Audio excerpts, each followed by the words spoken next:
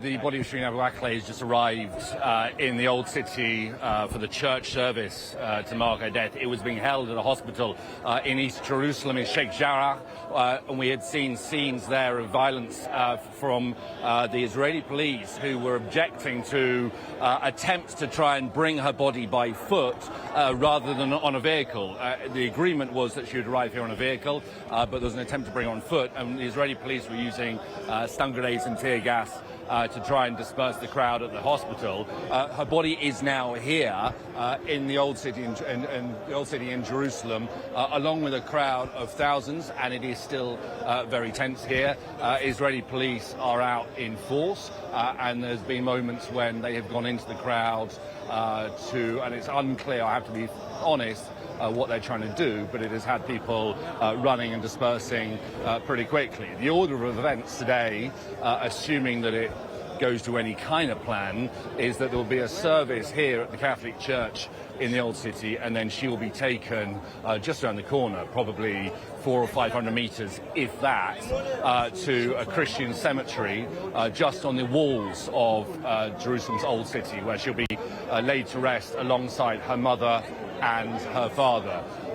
A lot of people, I appreciate a lot of people watching this might not have heard of Shireen Abu Aqla before. She was a journalist who worked for Jazeera Arabic, but you know, if she was not known in the English-speaking world, she was very well known in the Arab-speaking world. She was Palestinian.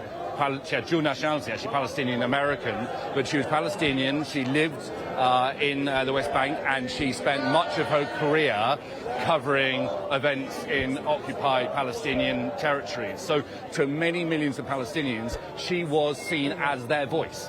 And in the days after her death, we've heard from colleagues and young Palestinians who say, you know, they would grow up watching her. Young Palestinian women would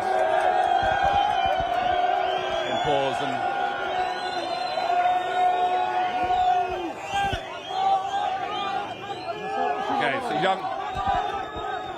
young Palestinian women would they would grow up and look at themselves in the mirror and have a hairbrush and pretend they were her. So that gives you some idea of her standing within the Palestinian community, her influence in the Palestinian community, and I think that will help explain the outpouring of emotion and anger at her death. Now, in terms of who killed her, which is a contentious question,